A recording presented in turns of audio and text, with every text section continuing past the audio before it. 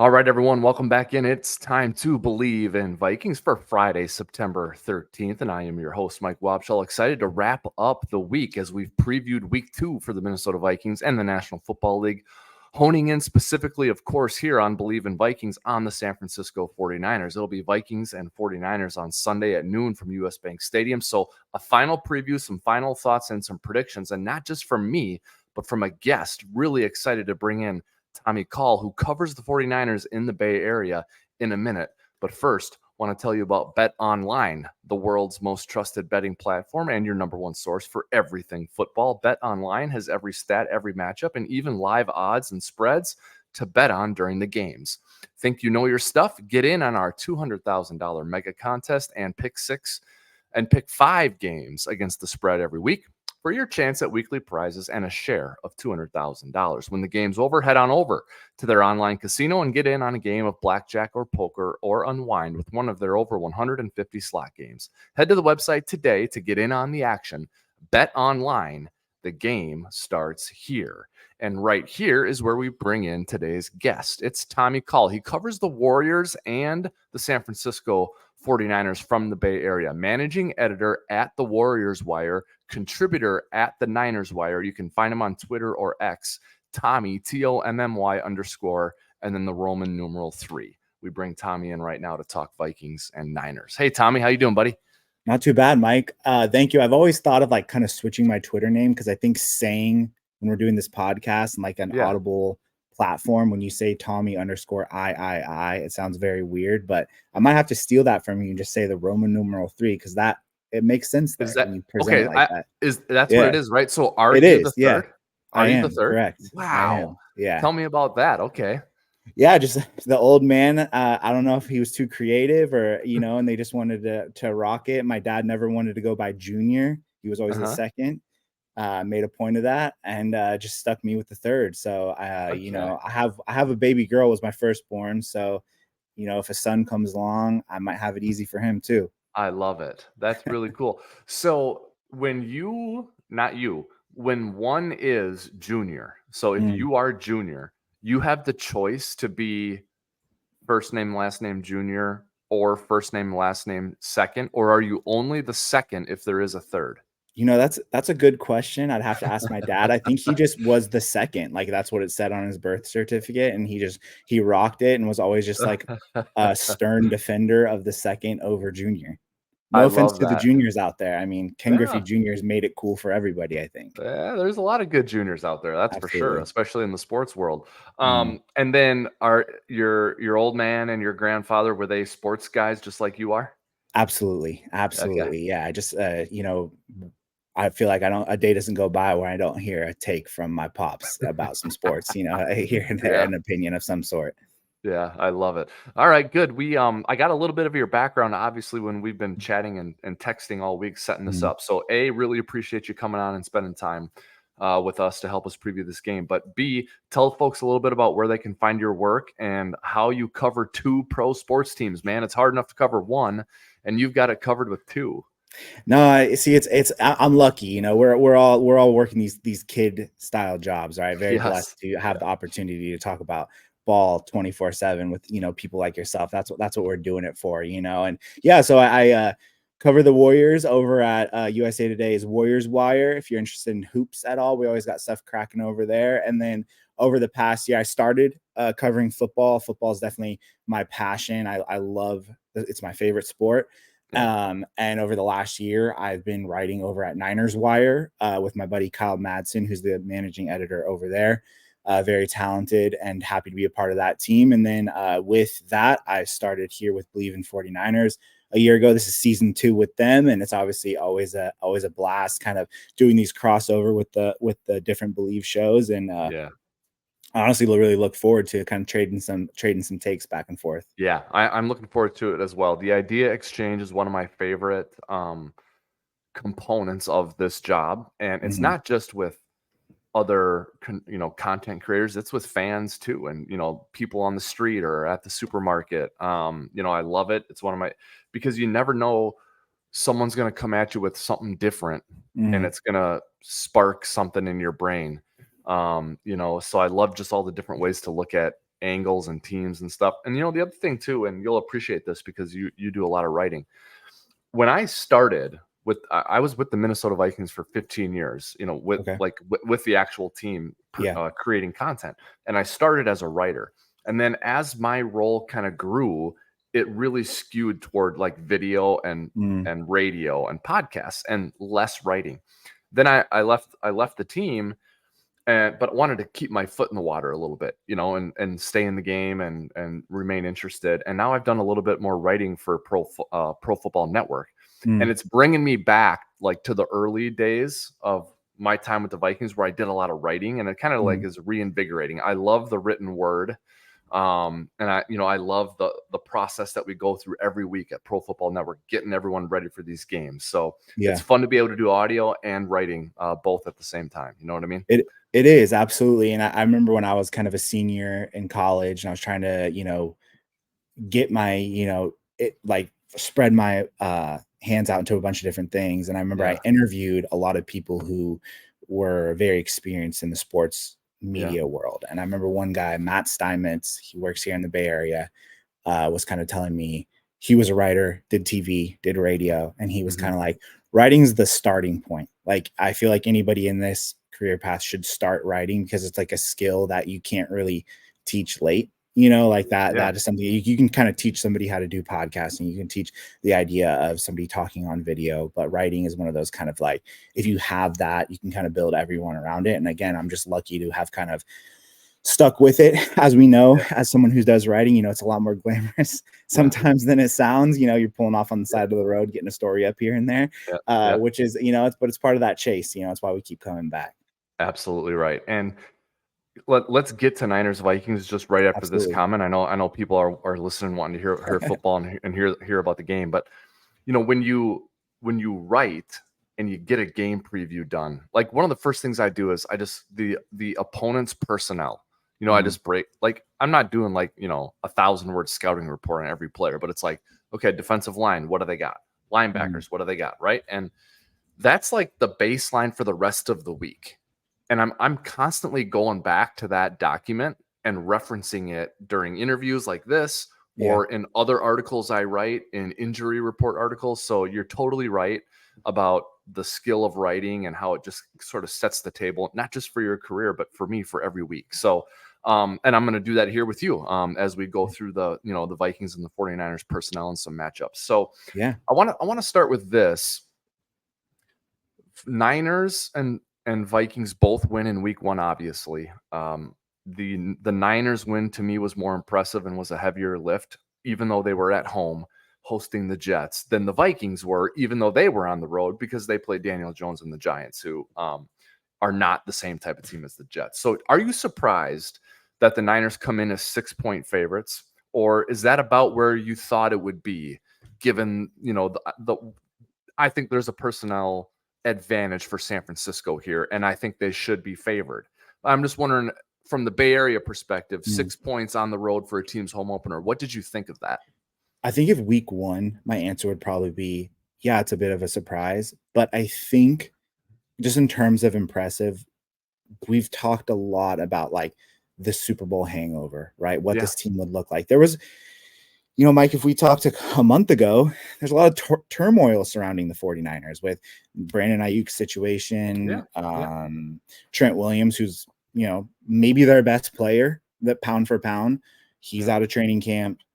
Ricky Pearsall, their first-round draft pick, gets shot. There's a lot of stuff going around this team. And how they would respond, I think, was probably the biggest looming question mark entering Monday Night Football.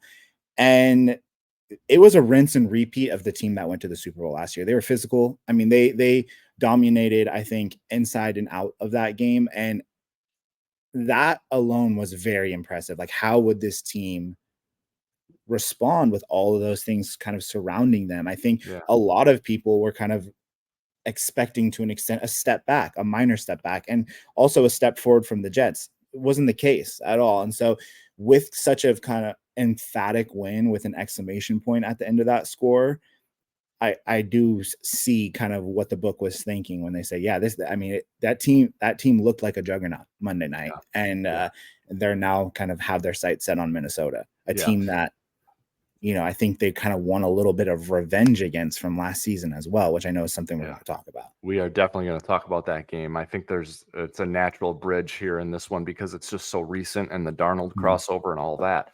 Yeah.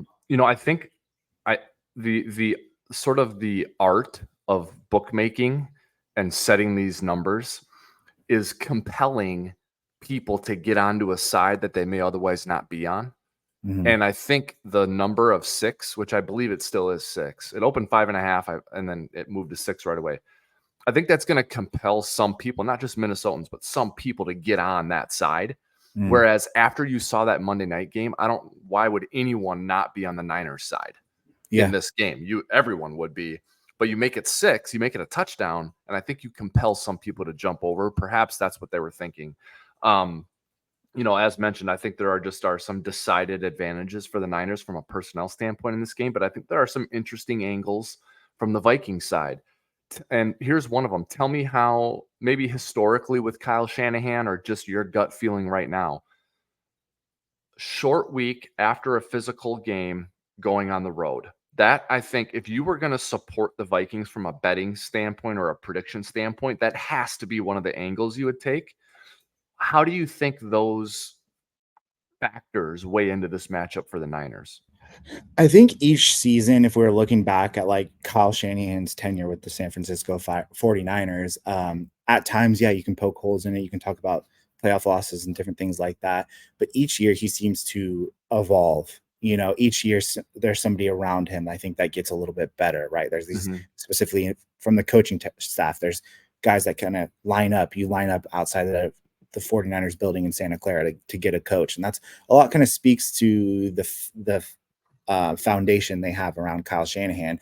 And so each year with that just kind of gradually getting better, I do see this side of him that continues to evolve. We saw it last week with, just because Christian McCaffrey was out, hammer the football inside with a running, but with whoever is lining up in the backfield, right? I mean, he looked like Christian McCaffrey 2.0 for whatever that means. I'm sure we're going to talk about Jordan Mason. One of the, surprises, I think, of the NFL slate this past week. But I mean, specifically Kyle, I think along with that, Brock Purdy, their relationship, Kyle Shanahan's found his guy with that. And each year we're going to get more and more. We're going to see what that opens up within his playbook. And I do, in the past, we talk a lot about on the West Coast, like a West Coast team going to the East Coast, playing in that 10 a.m. window. There's always those picks. But because of the way the 49ers started, and I do think that start looks like they, in a small way, Mike, it felt like they had something to prove. Because it's like that team they are, without a doubt, for over the last, as good as the Chiefs have been through their run, you'd probably say 49ers are the second best team. Yeah. We've heard that for a long time. The second best team of an era of football, whatever you want to call this. Well, I think they want to kind of pull that label. That's not a good label. These athletes look at that and go like, we don't care about the second best team. And it felt like against the Jets, against Aaron Rodgers, they had something to prove. And I think that kind of rolls into this. And we talked a lot about, I think, leading up to this season of how hard are the 49ers really going to try during the regular season? They're going to kind of coast to the playoffs if they can. Well, it's almost like the opposite was true in week 1, because, I mean, it was absolute dominant performance. And then, to a guy like Sam Darnold, who they know very well, I don't think they want Sam, a guy that left the building, to kind of clip them early in the season, if that makes sense too. Yeah, totally. So an interesting subplot to this game here on the Minnesota side of things, Tommy, has been Kevin O'Connell's very clear desire to make the Vikings, to condition the Vikings to be a physical team, a more physical team. And he talked about that in training camp, and he scheduled more padded and more intense practices in training camp this year intentionally. And he had more of them than he had in his previous 2 training camps. And he talked because we want to be more physical. I mean, so it was some transparency there from O'Connell. And then now fast forward to this week, and he basically is like, the Niners, they have the play style that I was talking about back in camp that I want us to have. And I want you to talk a little bit about that. I think, to those who watch a lot of football and know the game, when you turn the Jets Niners game on Monday night, I mean, it was clear right away. This is big boy football here. So you see this every week with the 49ers. What impact does it have on the adversary? And is it something that is consistent for San Francisco week in and week out?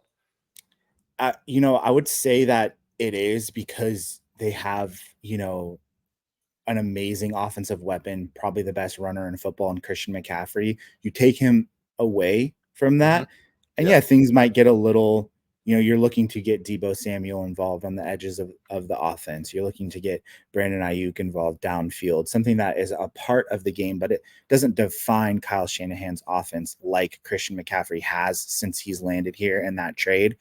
You kind of pivot to Jordan Mason, and that physicality, it's almost like they leaned more into it. I mean, we mentioned Trent Williams.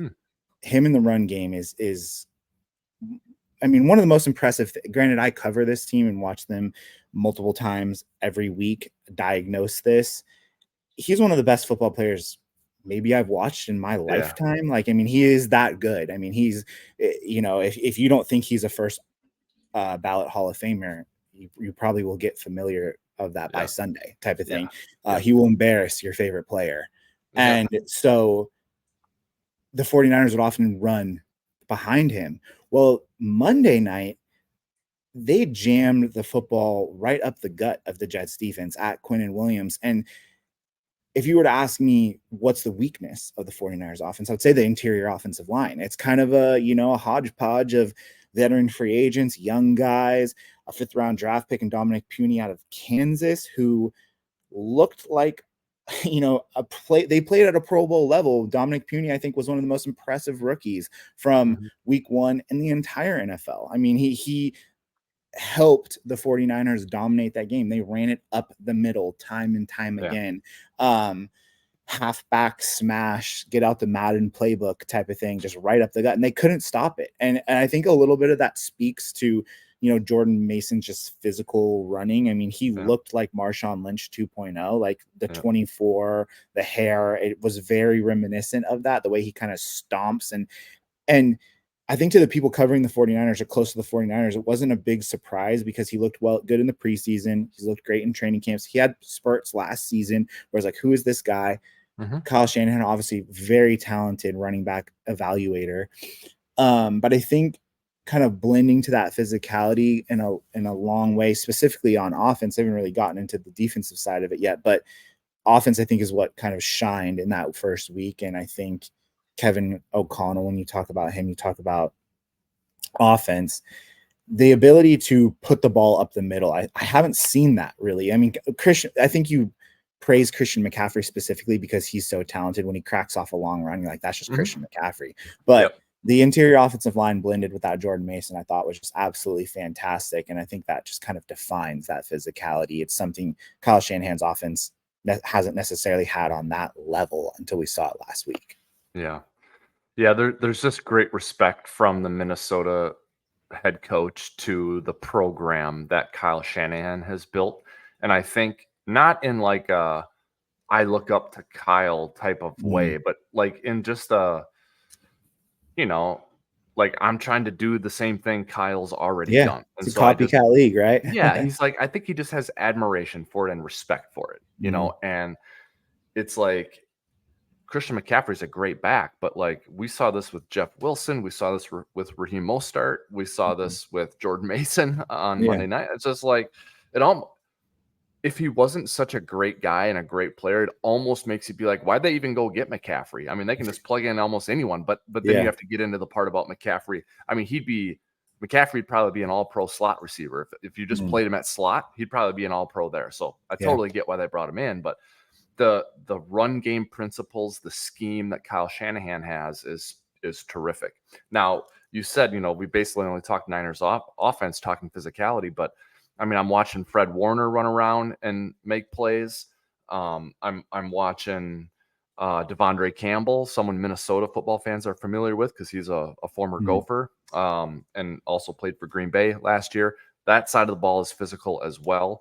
And so I think it's really impressive, the physicality with which the 49ers play, and it's something the Vikings are trying to emulate here. So it'll be interesting to see if the Vikings can pass this litmus test, not necessarily by winning, but can they match the physicality of the Niners? I'm excited to see that because they've tried to condition that into the team since training camp. So we shall see. Last year's game, Tommy, does that weigh in at all to you here? Or is last year? And were there factors there that don't really apply to this year? Yeah, I think, I think last year, in talking to you and thinking about this interview, something that, that game keeps standing out. We keep talking about it, even just with Jordan Addison, a guy that's been a little bit banged up this week. I mean, he was amazing. It was, in a way, almost like a coming out party on the national scale when he played against the 49ers. I don't know of a guy that got them better really all of last year than Jordan Addison did. Mm-hmm. And I think about the low point of the 49ers season last year. And it's like, yeah, they had a loss to the Ravens at home, on national television. That was rough. But that was the second game of a 3-game losing streak. You had some real questions about, is Brock Purdy the guy? I think that's something that just kind of follows him to an extent. And it was one of the times I think as the 49ers and 49er fans and people that follow them were, a little embarrassed and there was some cause for concern there to an extent. And I think going out and in a similar situation, going on the road, going to play the Vikings, I think you want to kind of right that wrong, if that makes sense. Obviously this is a team that still made it to the Super Bowl, and I don't know how much it does weigh, because I do feel like the way they talk, the players, the coaches, it's kind of like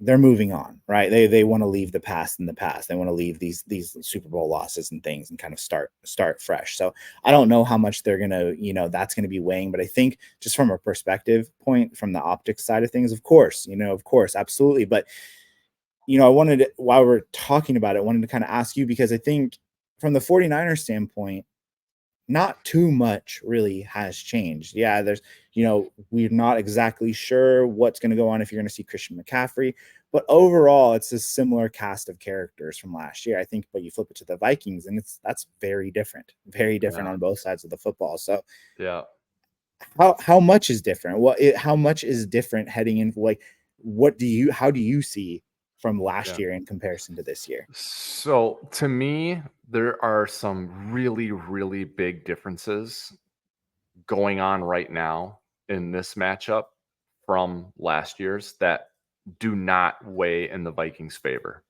And I'm not writing them off as they can't win this game. I think the Vikings can win this game. But a few things that I would point out. One is Trent Williams and Deebo Samuel did not play last year in that game. That's a big deal to me. And I get it. Kyle Shanahan can plug the next guys in and they keep playing well and they win. But those two guys not playing I think was a big deal. Kirk Cousins was the quarterback. Now, I know Darnold looked good last week and Kirk Cousins didn't. But last year, Kirk Cousins, before he got hurt, was balling. And it's a big deal to have him over Darnold. Like to me, that's a pretty big difference, a pretty big discrepancy there.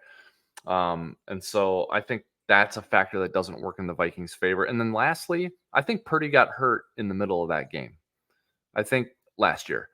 And there was a play near midfield where I think he got banged up, maybe got hit in the head, maybe a concussion. And from that point forward, he was not the same player. He threw 2 picks and he was in the middle of a gem before that. So all of that, I think, works in the 49ers' favor. Now, the changes to the Vikings roster that are positive, there's several. Last year, the Vikings did not get a rushing touchdown from their starting running back, Alexander Mattison. They have Aaron Jones now. And so, like, the 49ers are a big-time team. Like, they've been in the title game and the Super Bowl recently. Like, they go to big games and they play well. Aaron Jones knows that environment. Like, he can play in the varsity game, Like, he doesn't get intimidated. So Aaron Jones on this roster that's a big deal. Now, they lost Danielle Hunter, who had, like 80 some sacks in 9 seasons. He only played in 8, but 9 years. Lost him. That's a big deal. But they added Jonathan Grenard and Andrew Van Ginkel as edge rushers. Grenard from Houston, Van Ginkel from Miami. And then they drafted Dallas Turner. So it's really a net positive in the pass rushing area for the Vikings. And I think that's going to help them in this matchup. I think Brian Flores is one more year advanced, not in his like acumen. He's been good for a long time. He's been a head coach, but his program, so to speak, is one more year advanced, and we're starting to get a feel for what that is, and it's impressive. So I have a lot of trust in Brian Flores scheming against Kyle Shanahan. I think that's a great matchup in this game. Yeah, so I think there are some pretty major things that happened last year to help the Vikings win that are not applicable this year. Kirk Cousins being here, and then the injuries to Samuel and Trent Williams. And then I think Purdy got hurt in the middle of the game. So I really don't, even though the personnel is there's a lot of sameness from last year, I kind of throw that game out. And Darnold doing what he did against the Giants is one thing. Playing the 49ers, that's a whole nother thing, man. And I'm not criticizing him or counting him out. I'm just saying, again, to use the varsity analogy, like that was a JV game last week against the Giants. You're playing the Niners this week. You know what I mean? Yeah, no, absolutely. Absolutely. And I think Sam Darnold as a whole, I think will always be, no matter what happens beyond this week, we'll always have some connection to the 49ers, because I think people, we've moved so far past it, but when he first landed here in the Bay Area, right, he was competition to an extent to Trey Lance, a guy that, the 49ers traded all their picks for, a guy that had a lot of fans very quickly. And those fans somehow kind of transitioned to Sam Darnold fans, right? When he won that QB2 job and kind of forced a trade of Trey Lance out. And also, when he arrived as well, Brock Purdy was still essentially coming off an injury. There wasn't necessarily a clear answer on when he would return. So I think he won a lot of people over very quickly with, his command of the Kyle Shanahan offense, how he looked in the preseason. And I think very quickly 49er fans and people in the Bay Area were going, we have one of the best backup quarterbacks in football type of thing. So, that is still there. And I think people are excited to see kind of what he looks like as a starter, especially against the team he was, just recently on. Yeah. I think one of the Niners' big strengths on defense is the edge rushers. Would you agree with that? Absolutely. Yeah. Absolutely. And the Vikings have two really good offensive tackles, and Brian O'Neill as the right tackle and Christian Darrisaw as the left tackle. And they handled Kayvon Thibodeau and Brian Burns last week. No problem. Yeah. So that's a really cool matchup to watch. I think that actually, with no disrespect to those two pass rushers who are very good, that's a draw or maybe a Vikings win there with how well those two tackles played last week and have played together in the last few seasons. But I think, and I mentioned at the earlier, Tommy, that there are some, I think, decisive personnel advantages for the Niners in this game. And to me, one of the biggest ones is the two defensive tackles that the Niners have, Hargrave and Collins, against the interior of the Vikings offensive line. That's big time trouble. Did you notice them against the Jets? Did they play well? I would say from like a Pro Football Focus standpoint, or just if you and I just sat down and watched the game, we'd be like, the right guard for the Vikings struggled, Ed Ingram struggled, and Garrett Bradbury, the center, struggled. So I'm curious how you thought Hargrave and Collins played last week. Yeah, I think, Malik Collins is a guy that in a weird way is kind of replacing a guy like Eric Armstead. And that is really, really tough to do. And he, has that. They traded for him, and there was a lot of question marks on what they would do. And you paid Javon Hargrave just a year prior a ton of money, and he made a massive impact. I think he's the guy that benefited the most from playing next to Nick Bosa. And heading into the season, there was question marks of how those two defensive tackles would look. I thought they looked great. I mean, I think Javon Hargrave made an impact play. He recovered a fumble early in that game that kind of set the tone, I think. Breece Hall, most of his big gains were kind of on the edges, on the outside. And again, I think as a whole, the Jets offense just didn't look that great because of how good the 49ers defense looked. Also, I think I always kind of connect those interior defensive linemen to the linebackers as well.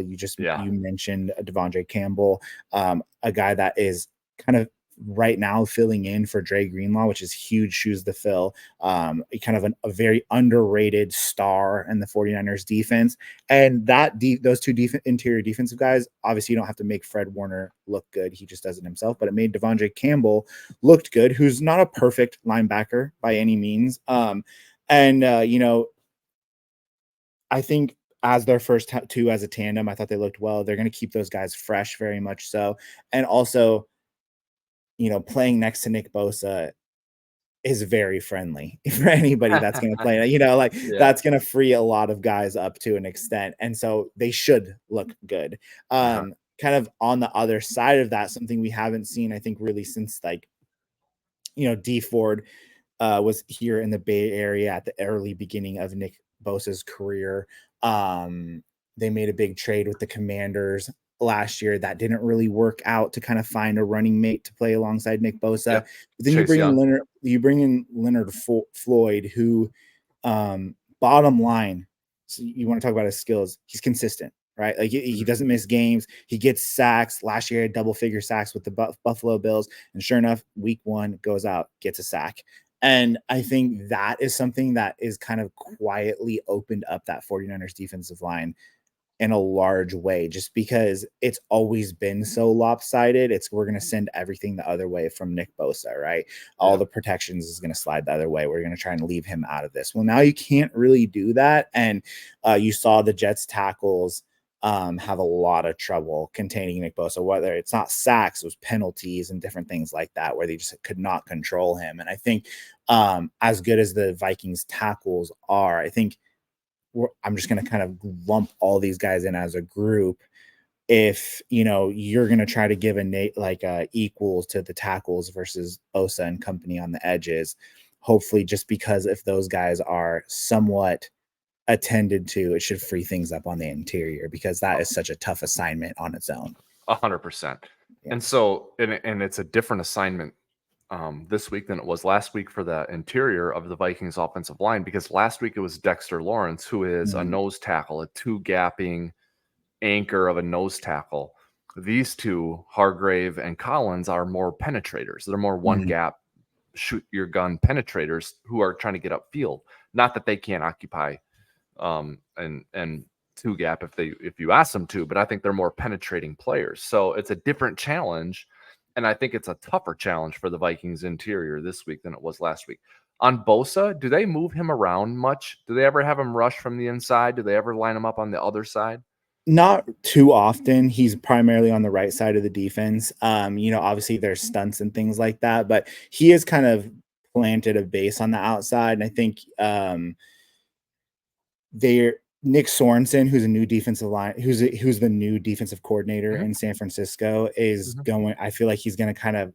Last year, there was a lot of stuff about change when it came to Steve Wilkes, of him kind of implementing his own system on the defense. And whenever the defense played bad, even Kyle Shanahan was critical of things like that, where Steve Wilkes constantly just kind of wanting to implement his own way. And there was, never really moving off of Nick Bosa, but he's had so much success there. I think that idea of hiring a Nick Sorensen, a guy who's been in the 49ers building for a long time, he's not your big splash defensive coordinator hire, is keeping things of the same. So it would surprise me if they were to kind of knock him off the block to keep him away from a Darisaw or something like that. I think that's a matchup hopefully a guy like Nick Bosa kind of wants. And to me, as the viewer, I'm excited to watch that one. I'm really excited, and I'm happy you brought it up, because that'll be entertaining for sure. Yeah, and no matter where they line him up, if lining Bosa up as an edge is going to be a great matchup in this game, because both Darisaw and O'Neal are a good matchup. So it's not like it's one of those deals where it's like, yeah, they got a great right tackle, but their left tackle's terrible, so we're going to line Bosa up over there on the left tackle every time. They can't do that. Bosa's up for the challenge as well. So it's a great NFL matchup that anyone should be excited to watch. How about, do they ever use a corner to shadow a receiver? Do they ever travel a corner around the formation? So no, because it was actually Kyle, the guy that I work with at Niners Wire, posted a thing about Aaron Rodgers' passing chart, and if you saw, almost all of his passes were connected to the left side of the field. All of his completions were to the left side, and the right side, it was rather empty. And it kind of speaks to, it's weird because the 49ers, I think you talk about their defense, right? And if I were to ask you who's the best player on the 49ers defense, you'd probably start with Nick Bosa, and then you'd kind of quickly click over to a Fred Warner, and Hufanga is a really talented safety who's been banged up. But Charvarius Ward, I mean, all pro, Pro Bowl caliber since he's been here in the Bay Area. And yeah, I think Garrett Wilson had 60 yards receiving. The 49ers secondary as a whole, I thought, played very, very well. That had some question marks around it. And I think Charvarius Ward is quietly one of the best corners in football. And I'm very eager. We keep talking about matchups. And as we kind of progress through this interview, I'm kind of, wow, there's some really intriguing matchups in this one. And as much as Darisaw and Bosa, and I think you made a great point about Brian Flores versus Kyle Shanahan, two great football minds kind of going against each other. Pure talent, pure raw talent, where there's going to be a little bit of nastiness to it. I think it is Justin Jefferson against a guy like Charvarius Ward, who, in my opinion, like I just mentioned, is extremely, extremely underrated player who started off incredibly hot. And, it's a kind of some new faces, a new cast of characters in the 49ers secondary. With Hufanga out, and just they've kind of had this rotating wave of corners on the other side of Charvarius Ward since he's been here, but it seems like they've caught some footing at least last week. It's hard, as we continue to talk about last week, how much I want to judge the Jets offensively. I think that's why I keep leaning towards talking about the 49ers on offense, because we know the Jets defense is very talented. Offensively, there's a lot of question marks about an Aaron Rodgers and stuff. So it's like, how much do we really want to compare? If there's one thing I'm going to take away, though, is that Garrett Wilson's an extremely talented receiver. And they were down in a lot of that game where they had to throw the football, and Charvarius Ward was absolutely locked down in that game. Yeah. Yep. So that's another interesting thought about last year's Vikings-Niners game, is that Jefferson didn't play in the game. Obviously, he's playing in this game. However, Jordan Addison, who did play in that game, is not likely to play in this game, right? So it's interesting there. And I actually think that there's a moment in the game last year, Tommy, where it looked like Ward had a pick, but Addison wrestled the ball away, or Addison came up with it, and it ended up being a touchdown. That was a big moment in that game. I mean, if that's an interception, you take 7 off the board for the Vikings and give the Niners an extra possession, you don't know what happens. But Ward is a really good player. He came from Kansas City, is that right? Yes. And did the Niners sign him away from the Chiefs after a Super Bowl? Yeah, so it wasn't the Super Bowl that they played, because I think he's been with the 49ers. I think this will be his 3rd season with the 49ers. Okay. Yeah. Really good player. Has good size, plays with athleticism, and fits the mold of being a physical corner. So, anytime those two are going to be matched up together, can't wait to watch it. I think in terms of, we're talking a lot about matchups. In terms of like chess pieces and things I'm excited to watch, it'll be cool to see how Shanahan uses Deebo Samuel in this game. We don't know about McCaffrey's inclusion or not, or maybe you do have an idea, but I don't know what it's going to be. And then we didn't see it last year. So, Brian Flores has to get ready for a pretty significant factor that they didn't see last year. So I'm excited to see Shanahan and his big chess piece, Deebo Samuel, against Brian Flores and this improved Vikings defense. Yeah, I think just really quick, speaking to the Christian McCaffrey factor, this is something that we've obviously watched very closely.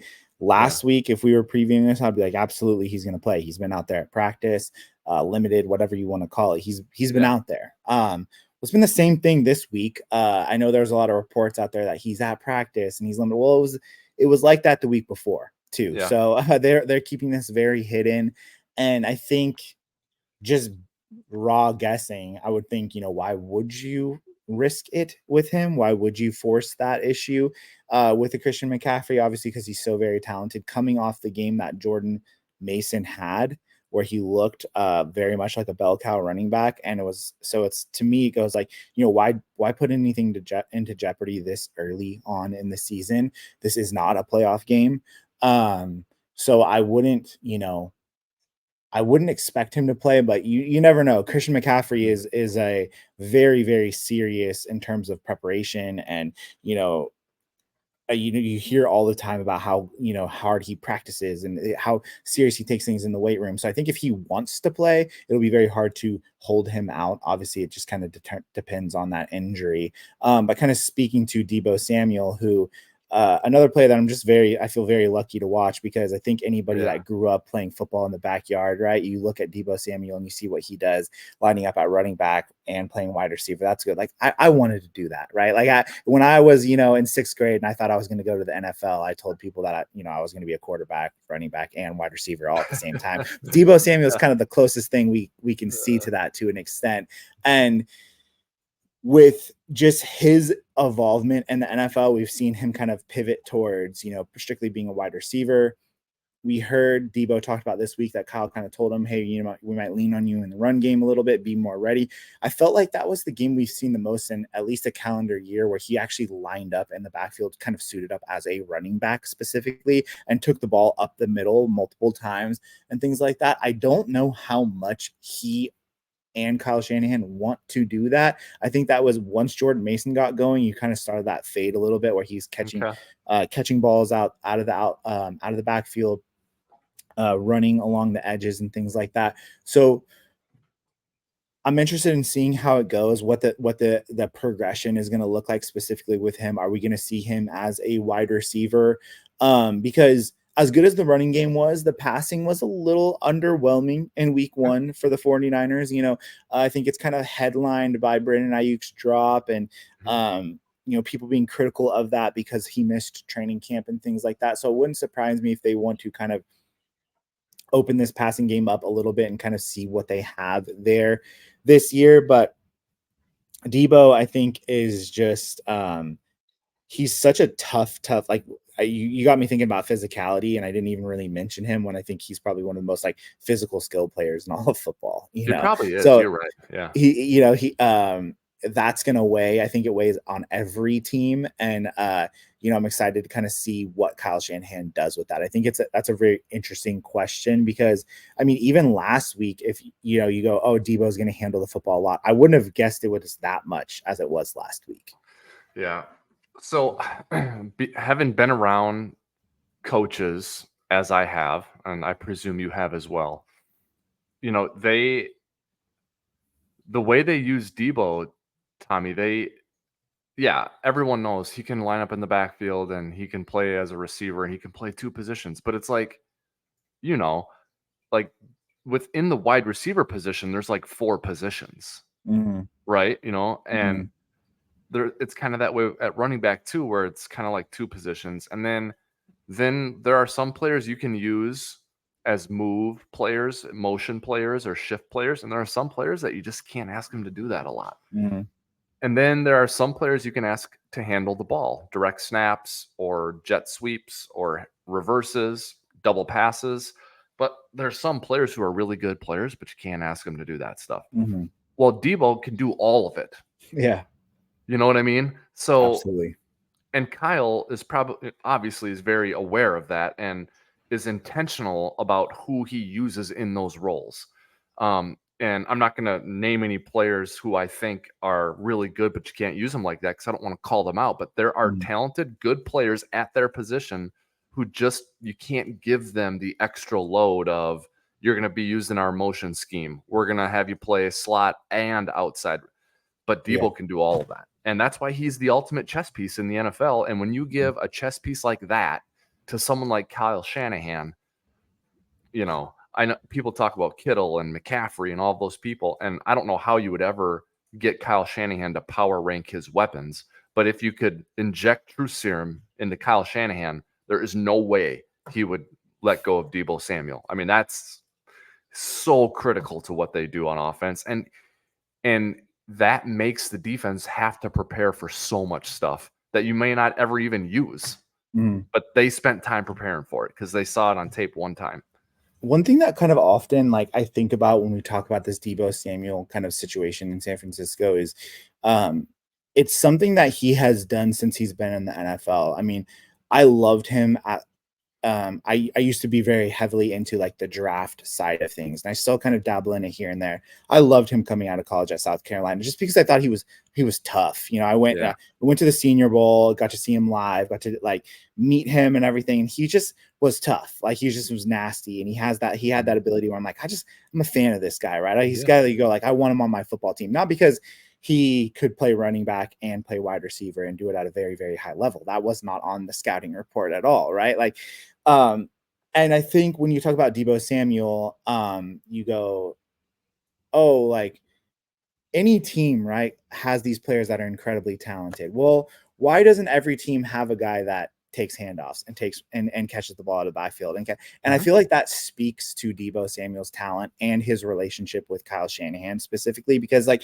if it was so easy and it is so dynamic and you just called it, you know, one of the, you know, a top tier chess piece and things like why isn't Tyreek Hill doing it? Why isn't Justin Jefferson doing it? You know, and it just kind of speaks to it. It just kind of speaks to that X factor of that relationship between him and Kyle and how Kyle envisions his role. Because again, these guys are all ultra talented, right?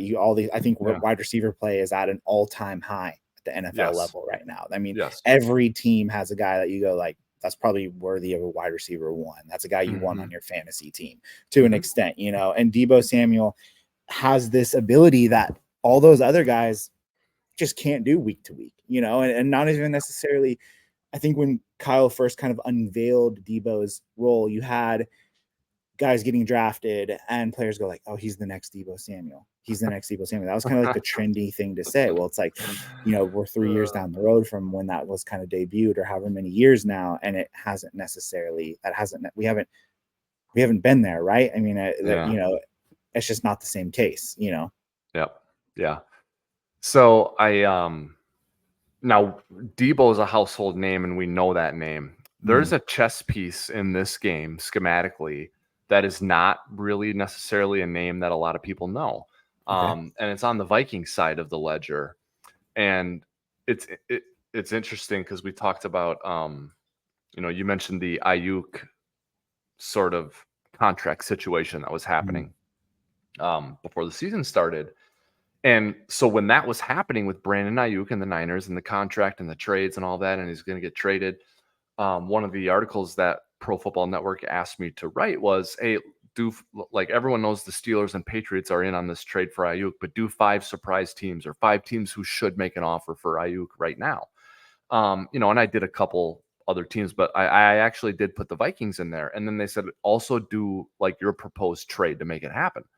And so I put this player in there along with like a couple of other picks, and Pro Football Network was like, great piece. This is work. We altered your proposal for the Vikings a little bit, you know, and they took this player out who I'm going to tell you who he is in a minute. They took this player out and put another player in. And that was fine. You know, those are just details, but I'm like, you don't know, but this guy, you'll know him at the end of the season. And it's Josh Metellus is his name. He wears number 44, and he's a defensive back. He's listed on like the depth chart as a safety, or in some depth charts they list him as a nickel. He played on every level of the defense. He took a snap on every level of the defense last year, lining up as a lineman in the front, not as often, but also as sort of a big nickel. He lined up as a linebacker, and then he lined up as a starting safety from time to time as well. So Josh Metellus is Brian Flores' chess piece that you can move him around. I mean, he made one of his best plays against the Giants was when he was lined up as a linebacker and nickel and made a diving pass breakup. But, you know, he can line up in the slot and cover a receiver. He can be a safety. So I'm excited to see how the Vikings use Josh Metellus as well. And it's cool when you find players who well-respected coaches can rely on so much, right? And give them a heavy load, because they don't give a heavy load to every player. Deebo Samuel is one of those players. Josh Metellus is one of those players for the Vikings defense. So I'm excited to sort of see how, you know, how Brian Flores uses Josh Metellus, and then how Kyle Shanahan uses Deebo Samuel. I get into the chess piece thing of you know, of football games, which I'm sure you do as well. No, I think, you know, I honestly don't know about Josh's game, and I feel like that's a good stump, because I love like kind of like the underrated I feel like we sleep too much on, this is one of my little takes here on Bleav in 49ers, but sometimes we like undervalue just the idea of like being a good football player, right? Yes. Just because of like there's just an atmosphere, like this is a game. There's an attitude that this is a game at the end of the day, and sometimes it's like good football players, whether that be a guy that runs fast and tackles and just makes plays and things like that, as simple as that sounds. And I think some people might not understand exactly what I'm saying by just the idea of valuing a good football player. And I think that's something that I like personally as a fan. And you absolutely stumped me there. And I was going to ask you, I wanted to ask you about a player that was, 49er fans might not know that's going to make an impact in this game. And I think that we might have found our guy. Yep. I would say Josh Metellus. That's the name I would pick if I had to sort of pick a name that people don't know. And it's not a shot in the dark. I mean, he plays almost every snap in the game, and he's playing somewhere different all the time. So he's kind of a positionless player, but in a good way. And that was really good for the Vikings last year, Tommy, because the Vikings they didn't really have a total identity built up yet with Brian Flores. And so Metellus was a guy that could kind of stick anywhere and he would help. And because like you just said, he's just good at football, and Kyle Juszczyk, right? Yeah. I mean, you could ask him to do a lot of different stuff. I mean, he's just good. He's good at football. Harrison Phillips, good football player. I wanted to ask you about one other player for the Minnesota Vikings specifically that I think follows under that category for me. I think, if you watched, more than a handful of games of the Miami Dolphins specifically last year, I think you go Andrew Van Ginkel is one of the more underrated pass rushers, defensive ends, defensive linemen in general. A kind of, I wouldn't call him like a budding star by any means, but definitely just a very talented, underrated player. Also had really a good knack for the football as a defensive end with the Dolphins, and that really translated obviously last week to the Minnesota Vikings. Got lucky on a rough go from Daniel Jones, obviously. But I wanted to ask you, just kind of, obviously you've had him for one game, but me looking at the Vikings and, outside of Trent Williams, of my true fears of a Colton McKivitz, right tackle, not necessarily the best for the 49ers. Their offensive line outside of Trent Williams is it's, if you were to talk about a low point, that's kind of probably what it is. As good as they were last week, if that was a one-off, I think of a player that I could see quietly making an impact in this game from the Vikings side that I would want to award 49er fans out is Andrew Van Ginkel. Am I onto something there? Are you impressed with his start to an extent? I am. I think it's a good name to put people on. You obviously are familiar with him because you've seen him play games and you know the player. And I think you've hit on a good name. And it's interesting though, because if you're a Vikings fan, you just don't see a lot of Dolphins games. I mean, they're in the AFC, so you only play them once every 4 years, right? And, the Dolphins have been on national TV a lot. So if you're someone who likes to watch games even when your team's not playing, then you'll see some Dolphins games. But just think about the tried and true Vikings fan. You don't see a lot of Dolphins games, so you don't know Andrew Van Ginkel. Also, he hurt his foot like in the last game of the season. And so he wasn't really participating on the field in the offseason program. And so you didn't get reports, like from the reporters who go to practice and tell you who's looking good, right? In the, in shorts and helmets, Jonathan Grenard, he looks really good because of this reason. Dallas Turner, first round pick, looks really good. Van Ginkel wasn't doing any of that because he was coming back from that foot injury. So you combine, not a household name anyway, don't see him play a lot, and then he's hurt and not even on the field yet. So I think everyone was really sleeping on him. But anytime Flores or O'Connell were asked about Andrew Van Ginkel, I mean, they talk about him like he's, indispensable. And they kind of were like this week in their media availability, Flores and especially O'Connell, they were kind of like, told you so, right? Like in a positive, nice way to the reporters. Like, I told you this guy. And the thing they always talk about is his intelligence, not always the physical traits and the plays he makes, but just how reliable he is, his intelligence, his versatility, and just being a good teammate. So I'm sure you saw all those things watching him play as much as you did. I think the pick six just illuminated the player, but the team was already really high on him. Yeah. No, I think he's a very impressive, and I think you brought up a good point because it doesn't look like the most, he doesn't look like a Miles Garrett, right? He doesn't look like this guy that's going to dominate you physically. The speed isn't something I can't tell you like, oh, wow, he has a really good, bull rush type of thing, but somehow gets to the quarterback, gets to the football. And again, I think a guy that good teams kind of value to an extent, that just like speak to that level of team too, right? Like I think he makes those guys on the defensive line a little bit better. And yeah, I think that's a very underrated player that, would warn 49er fans if there's a matchup that I'm not necessarily looking forward to. It's Colton McKivitz against him specifically, because Colton McKivitz is definitely scared us at times here in the Bay Area. So, I think that's going to provide a real challenge for him on Sunday. Yeah. Well, I'm excited for this game. In terms of a prediction or an expectation, where do you land on that? You can be as specific or general as you want, but what do you expect to see on Sunday at 3 Central time, 1 your time when the game's over? What are you thinking? Yeah, I think I do. I mean, I think the 49ers win. Aside of me, like I'm not, it's crazy. Like as much as I've just spent a ton of time praising them, I'm still not convinced. I'm not exactly sure who they are. And a lot of that is because Christian McCaffrey missed the game, who is such a focal point for them offensively. I mean, Brock Purdy leans on him tremendously in the passing game. Kyle Shanahan, obviously, half of the offense I feel like is pushed towards him in the running game. He's one of the best players, not yet alone running backs in football.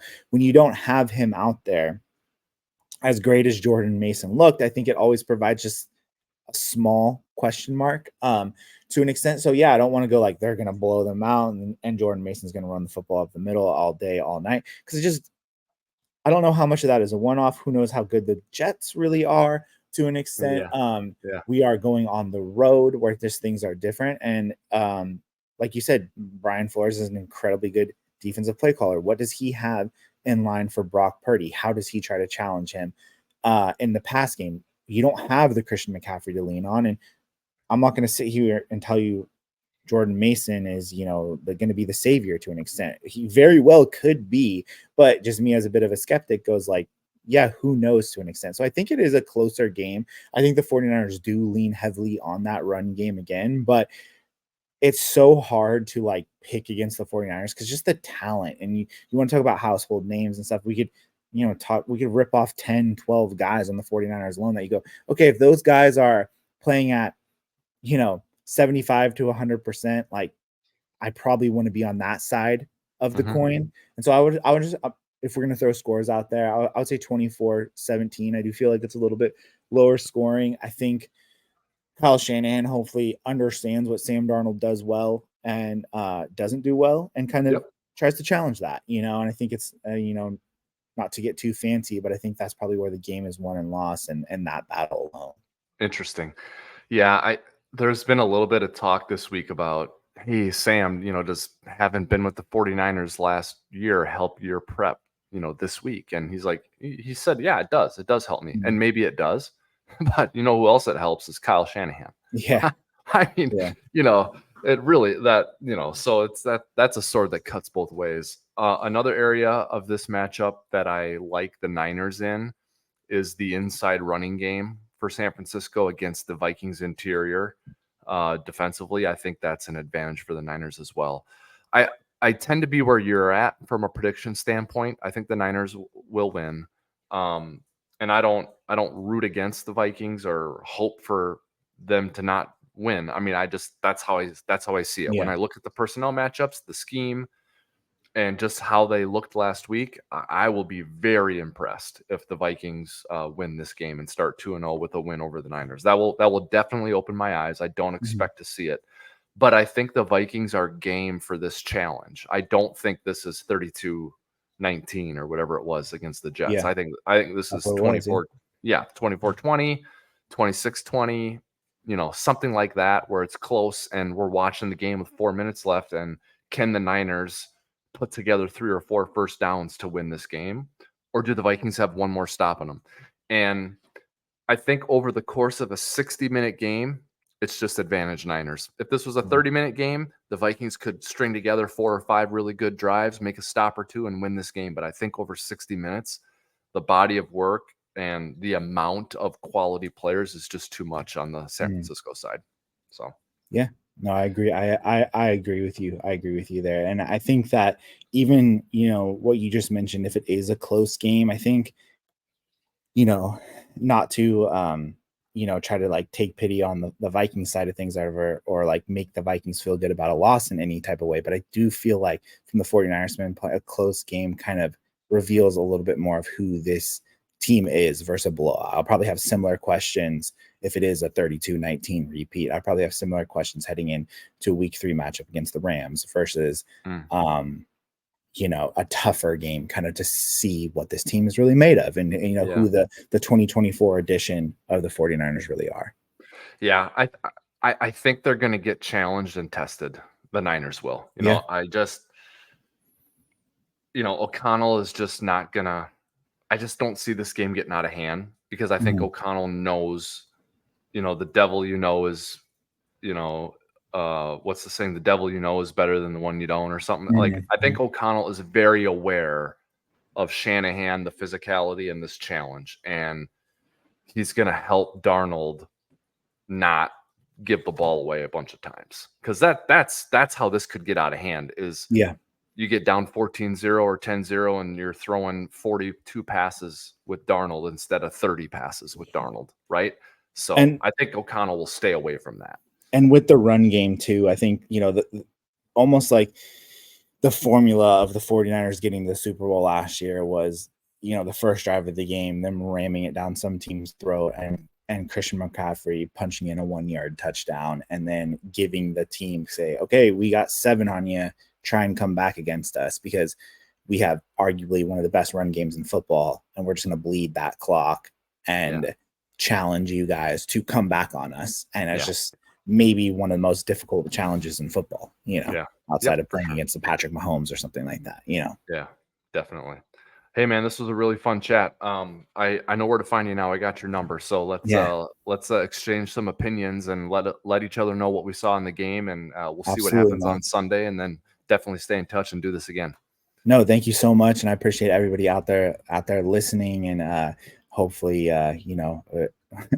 hopefully we're in for a treat on Sunday. I'm looking forward to it already just after this conversation. Yeah, I am too. It's going to be one of the better games on the slate for sure. It's going to have a lot of attention and a lot of good players in the matchup. So it should be a lot of fun to watch. That game is Sunday, noon Central, Vikings and 49ers. Check out the game, and then make sure you come back and check out all of Tommy's work and all of our work here at Bleav in Vikings, because we're looking forward to breaking that thing down. That's going to do it for today's episode of Bleav in Vikings, everyone. We thank you for listening. We thank Tommy for coming on and joining us to talk Vikings and 49ers. Enjoy the game on Sunday, everyone. And until next time, remember, keep believing.